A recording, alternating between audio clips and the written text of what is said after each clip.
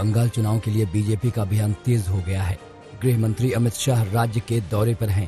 पहले दिन वे मिदनापुर में कई कार्यक्रम में शामिल हुए और ममता बनर्जी पर हमला बोला। आज दूसरे दिन भी शाह कई आयोजनों में शामिल होंगे। तय कार्यक्रम के मुताबिक वो कोलकाता से बीरभूम जाएंगे। शांति निकेतन में विश्व भारती यूनिवर्सिटी के कार्यक्रम में शिरकत करेंगे। गृह मंत्री रविंद्रनाथ टैगोर को श्रद्धांजलि भी अर्पित करेंगे। लोक गायकों के साथ उनके लंच का भी कार्यक्रम है। बोलपुर में दोपहर में अमित शाह का रोड शो भी होना है।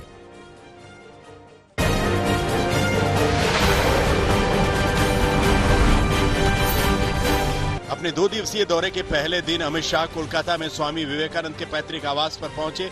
अमित शाह ने यहां उन्हें श्रद्धा सुमन अर्पित किए। शाह रामकृष्ण मिशन भी पहुंचे। यहां से अमित शाह मिदनापुर पहुंचे। मिदनापुर में अमित शाह ने सिद्धेश्वरी मंदिर और महामाया मंदिर में पूजा अर्चना की। मिदनापुर में अमित शाह ने स्वतंत्रता सेनानी खुदीराम बोस के परिवार वालों से मुलाकात की। उन्होंने कहा कि ये उनका सौभाग्य है कि उन्हें इस भूमि की मिट्टी को अपने ललाट पर लगाने का मौका मिला है। गृह मंत्री अमित शाह ने मिदनापुर में एक किसान सनातन सिंह के घर भोजन किया। गृह मंत्री अमित शाह पश्चिम बंगाल के अध्यक्ष दिलीप घोष, कैलाश विजयवर्गीय, सनातन सिंह के घर पहुंचे और दोपहर का भोजन किया। बता दें कि अमित शाह ने मिदनापुर में किसान के घर भोजन कर ये संदेश देने की कोशिश की कि मोदी सरकार किसानों की हितैषी है और किसानों के साथ है। टीएमसी से बगावत कर शुवेंदु अधिकारी ने अमित शाह के इस दौरे का राजनीतिक महत्व बढ़ा दिया है। शुवेंदु अधिकारी ममता के सीनियर लेफ्टिनेंट रह चुके हैं, लेकिन चुनाव के इन पहले न सिर्फ उन्होंने पार्टी को अलविदा कहकर बीजेपी का हाथ थामा, बल्कि ममता पर जमकर हमलावर रहे। शुवेंदु अधिकारी ने मंच पर अमित शाह को नमन किया और बीजेपी का झंडा उठाया और कहा कि टीएमसी में लोकतंत्र नहीं बचा है। आत्मसम्मान के साथ कोई टीएमसी में नहीं रह सकता। उन्होंने कहा कि मैं बताना चाहता हूं कि मेरी एक ही मां गायत्री देवी है और उनकी जगह कोई और नहीं ले सकता। दूसरी माता भारत माता है। शुवेंदु अधिकारी को मिलाकर टीएमसी के 13 नेताओं ने बीजेपी का दामन थामा। इनमें 11 विधायक, एक सांसद और एक पूर्व सांसद शामिल हैं। टीएमसी नेताओं के बीजेपी में आने के बाद अमित शाह ने ममता बनर्जी पर तीखा हमला किया। उन्होंने कहा कि अभी तो टीएमसी को छोड़ने का सिलसिला शुरू हुआ है। अमित शाह ने कहा कि विधानसभा चुनाव आते आते राज्य में ऐसे हालात होंगे कि ममता बनर्जी अकेली रह जाएंगी और चुनाव बाद बीजेपी 200 सीटों के प्रचंड बहुमत के साथ सरकार बनाएगी। अमित शाह ने ममता बनर्जी पर ताबड़तोड़ वार किए। उन्होंने कहा कि ममता बनर्जी के राज्य में लोकतंत्र खत्म हो चुका है। अमित शाह ने कहा कि बंगाल के किसानों को केंद्र के द्वारा भेजे गए 6,000 रुपए तक नहीं मिलते। लॉकडाउन के दौरान केंद्र सरकार ने जो चावल भेजे उसे टीएमसी के लोगों ने हड़प लिया। अम्फान तूफान के दौरान दी गई मदद जनता तक नहीं पहुंची। अमित शाह ने कहा कि ये पैसे टीएमसी के गुंडों ने हड़प लिए। अमित शाह ने कहा कि बीजेपी के अध्यक्ष नड्डा के काफिले पर बड़े बड़े पत्थर फेंके गए, लेकिन हम इससे डरने वाले नहीं। अमित शाह ने कहा कि बंगाल की जनता परिवर्तन का पूरा मन बना चुकी है।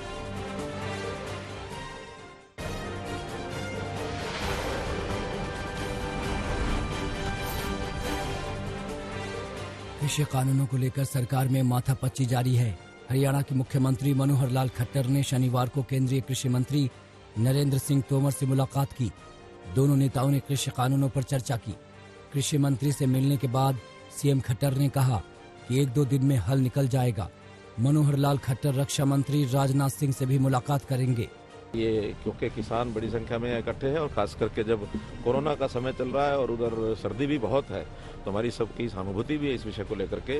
किसान भी हमारे अपने हैं, इसलिए एक आपस में समझ बन करके यह रास्ता इसका निकले, इस नाते से आज काफी देर बातचीत हमारी हुई।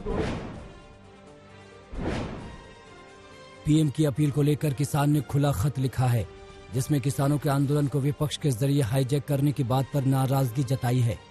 वहीं किसानों के कृषि मंत्री की 8 पन्ने की चिट्ठी का भी जवाब दिया है। किसान कृषि कानून को वापस लेने की बात पर अड़े हैं। इस बीच आज किसान आंदोलन में जान गंवाने वाले प्रदर्शनकारियों के लिए श्रद्धांजलि सभा आयोजित कर रहे हैं। कांग्रेस में अध्यक्ष पद को लेकर घमासान जारी है। राहुल को अध्यक्ष बनाने को लेकर अभी भी एक खेमा तैयार नहीं है। ऐसे में एक बार फिर चुनाव के विकल्प की मांग की गई है। वहीं राहुल गांधी का कहना है कि वो पार्टी की ओर से मिली हर जिम्मेदारी को निभाने के लिए तैयार हैं। सोनिया के घर पर 5 घंटे तक कांग्रेस के आला नेताओं की बैठक चली, जिसमें आगे की रणनीति पर भी चर्चा हुई। बिहार में विधानसभा चुनाव के बाद आरजेडी नेता तेजस्वी यादव रांची के रिम्स में प्राइवेट वार्ड में भर्ती अपने पिता लालू प्रसाद यादव से मुलाकात करने पहुंचे। चुनाव के बाद तेजस्वी ने पहली बार अपने पिता से मुलाकात की। लालू के साथ मुलाकात के दौरान तेजस्वी यादव के साथ झारखंड के कृषि मंत्री बादल पत्रलेख और श्रम मंत्री सत्यानंद भोक्ता भी रिम्स गए थे, लेकिन दोनों मंत्रियों को अंदर जाने की अनुमति नहीं दी गई।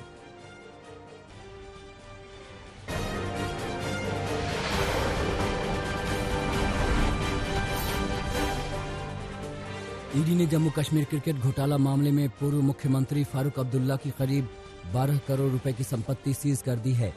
ईडी की ओर से जेके क्रिकेट एसोसिएशन ने फंड घोटाले में फारूक अब्दुल्ला से संबंधित 3 घर, 2 प्लॉट और 1 कमर्शियल प्रॉपर्टी अटैच की गई है। जांच एजेंसी ने फारूक अब्दुल्ला की कुल 6 संपत्तियों को अटैच किया है। फारूक के बेटे ने ट्वीट कर कहा है कि वो इस कार्रवाई के खिलाफ कानूनी लड़ाई लड़ेंगे। सुन्नी सेंट्रल वक्फ बोर्ड के इंडो इस्लामिक कल्चरल फाउंडेशन ने अयोध्या के धनीपुर में बनने वाली मस्जिद का डिजाइन जारी कर दिया है। ट्रस्ट की तरफ से जारी किए गए मस्जिद के अंडाकार डिजाइन में कोई गुंबद नहीं है। भव्य तरीके से बनाए जाने वाले मस्जिद के लेआउट और डिजाइन जारी किए गए हैं। बोर्ड की बैठक में मस्जिद निर्माण, अस्पताल, रिसर्च सेंटर, कम्युनिटी किचन और म्यूजियम आदि की डिजाइन पर भी मुहर लगी। अगले साल 26 जनवरी से मस्जिद निर्माण का काम शुरू हो जाएगा।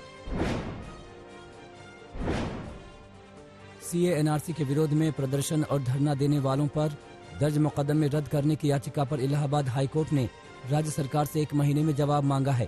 कोर्ट ने अगली सुनवाई तक याचिकाओं के उत्पीड़न पर रोक लगाई है।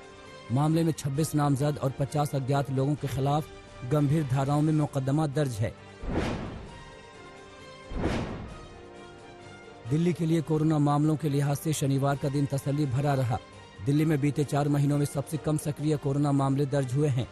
इससे भी बड़ी बात यह है कि दिल्ली में कोरोना संक्रमण दर अब तक के सबसे कम स्तर 1.3% पर पहुंच चुकी है।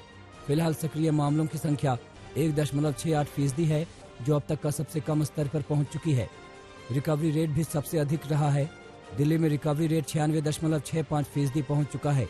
दिल्ली में सक्रिय मरीजों की संख्या फिलहाल 10,358 है, जो 16 अगस्त के बाद से सबसे कम संख्या है। टीम इंडिया के तेज गेंदबाज मोहम्मद शमी का ऑस्ट्रेलिया के खिलाफ दूसरे टेस्ट में खेलना संदिग्ध है। एडिलेड टेस्ट के तीसरे दिन बल्लेबाजी करते हुए मोहम्मद शमी चोटिल हो गए थे। उनके दाएं हाथ में फ्रैक्चर है। मोहम्मद शमी को चोट की वजह से रिटायर्ड हर्ट होना पड़ा था। वो फील्डिंग करने मैदान पर भी नहीं आए।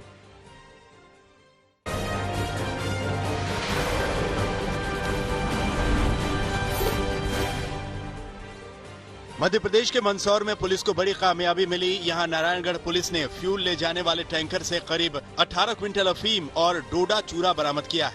बताया जा रहा है कि नशीला पदार्थ मंदसौर से राजस्थान ले जाया जा रहा था। पुलिस ने नशीले पदार्थ के साथ राजस्थान के एक आरोपी को गिरफ्तार किया है और NDPS एक्ट के तहत मामला दर्ज कर जांच में जुट गई है। पुलिस ये जांच कर रही है कि नशे का ये कारोबार कहां तक फैला है। गुजरात के सूरत से हत्या की भयानक खबर आई है। यहाँ मात्र 1000 रुपए के लिए एक शख्स ने अपने ही दोस्त को मार दिया। मामला सूरत के अमरोली का है। यहाँ अंजनी सोसाइटी में रहने वाले एक शख्स ने लॉकडाउन के दौरान अपने दोस्त से 1000 रुपए उधार लिए थे। पुलिस के मुताबिक इसी पैसे को लौटाने को लेकर दोनों दोस्तों में विवाद हुआ। जिस शख्स ने रुपए दिए थे उसने पत्थरों से कुचलकर अपने ही दोस्त को मार दिया। पुलिस ने आरोपी को गिरफ्तार कर लिया है। बिहार के मुंगेर में अवैध हथियार तस्करी का धंधा एक बार फिर से फलने फूलने लगा है। इसीलिए बिहार पुलिस लगातार अवैध तस्करी करने वालों पर ताबड़तोड़ कार्रवाई कर रही है। इसी कड़ी में मुंगेर पुलिस ने कोतवाली जहाज घाट के पास 2 हथियार तस्करों को गिरफ्तार किया है। पुलिस के मुताबिक पकड़े गए आरोपियों के पास से 1 कार्बाइन और 2 मैगजीन जब्त की गई। पुलिस के मुताबिक गंगा के रास्ते दोनों आरोपी हथियार को कहीं बाहर से मुंगेर ला रहे थे। पुलिस अब छानबीन में जुटी है कि हथियार तस्करी के तार कहां से जुड़े हैं। बिहार के हाजीपुर में पुलिस ने एक शराब फैक्ट्री का भंडाफोड़ किया। मामला हाजीपुर शहर के बीचों बीच डाक बंगला चौराहे का है। पुलिस को सूचना मिली थी कि यहाँ चोरी छिपे शराब का धंधा होता है। पुलिस मौके पर पहुंची और शटर के ताले तोड़े। शटर खुला तो सामने शराब का पूरा गोदाम दिखा। पुलिस ने यहाँ से भारी मात्रा में शराब बरामद की है। पुलिस ने जिन लोगों के नाम पर दुकान अलॉट की गई है उनके खिलाफ मामला दर्ज कर लिया है और जाँच में जुट गई है कि शराब के ये कर्टन कहाँ से आ रहे थे और इन्हें कौन ला रहा था। अलीगढ़ में पुलिस ने करीब 11,000 लीटर शराब को एक गड्ढे में डालकर नष्ट किया। तस्वीरों में आप देख सकते हैं कैसे पुलिस ने पहले गड्ढा खुदवाया, फिर उसमें करीब 11,000 लीटर शराब डालकर नष्ट किया। दरअसल ये वो शराब थी जो अलग अलग मामलों में पुलिस ने जब्त की थी। अलीगढ़ के थाना खैर के मालखाने में काफी अरसे से ये शराब रखी हुई थी। पुलिस कोर्ट के आदेश का इंतजार कर रही थी कि आखिर इस शराब का क्या किया जाए। आखिरकार न्यायिक मजिस्ट्रेट ने आदेश दिया कि शराब को नष्ट कर दिया जाए।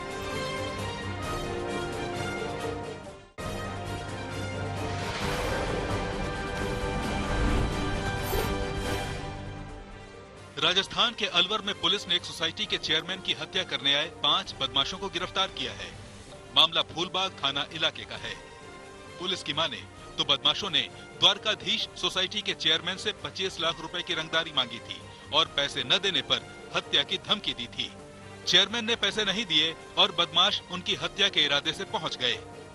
पुलिस की माने तो बदमाश जिस होटल में रुके थे वहां उन्होंने बंदूक दिखाकर 2 लड़कियों के साथ रेप भी किया।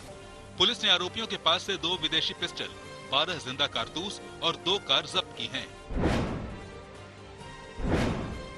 उत्तर प्रदेश के झांसी में पार्षद के पिता की गोली मारकर हत्या कर दी गई। मामला झांसी के थाना प्रेमनगर का है। यहां नगर निगम के वार्ड नंबर 10 से पार्षद पुष्पेंद्र यादव के पिता घर से लौट रहे थे, तभी बदमाश आए और गोली मारकर फरार हो गए। गोली लगने से पार्षद के पिता की मौके पर ही मौत हो गई। हमलावर कौन थे, फिलहाल पता नहीं चल सका है। पुलिस ने शव को पोस्टमार्टम के लिए भेज दिया है और हमलावरों की तलाश में जुट गई है। बिहार के सुपौल में भतीजे ने अपने 2 चाचाओं पर जानलेवा हमला किया। मामला राघोपुर थाने का है। यहाँ जमीन विवाद में एक शख्स ने अपने 2 चाचाओं को गोली मार दी। गोली लगने से दोनों की हालत नाजुक है और उनका दरभंगा के डीएमसीएच में इलाज चल रहा है। आरोपी भतीजा फिलहाल फरार है, जिसकी तलाश में पुलिस छापे मार रही है। फतेहाबाद में बच्चों के जरिए चोरी कराने वाले गैंग का आतंक बढ़ता जा रहा है। सबसे पहले आप सीसीटीवी कैमरे में ये तस्वीरें देखिए कितनी सफाई से ये बच्चा चोरी कर रहा है। पुलिस के मुताबिक अपनी बेटी की शादी के लिए एक शख्स ने बैंक से 30,000 रुपए निकाले थे, लेकिन वो बैंक से पैसे लेकर घर पहुंचता इससे पहले ही इस बच्चे ने नोटों पर हाथ साफ कर दिया। पुलिस ने मामला दर्ज कर लिया है और तलाश में जुट गई है कि आखिर इन बच्चों से कौन चोरियां कराता है। मध्य प्रदेश के इंदौर में बेखौफ बदमाशों ने लूट की वारदात को अंजाम दिया है। मामला इतवारिया बाजार का है। रात में करीब 8 बजे 2 हथियारबंद बदमाश एक कपड़े की दुकान में घुसे। कपड़ा खरीदने के बहाने आरोपियों ने दुकानदार को बातों में उलझाया और उसकी कनपट्टी पर बंदूक रख दी। बदमाशों ने दुकान के अंदर दुकान के मालिक को बांधकर सोने की चेन, घड़ी और गल्ले में रखी नकदी उड़ा ली। पुलिस अब आरोपियों की तलाश में जुटी हुई है।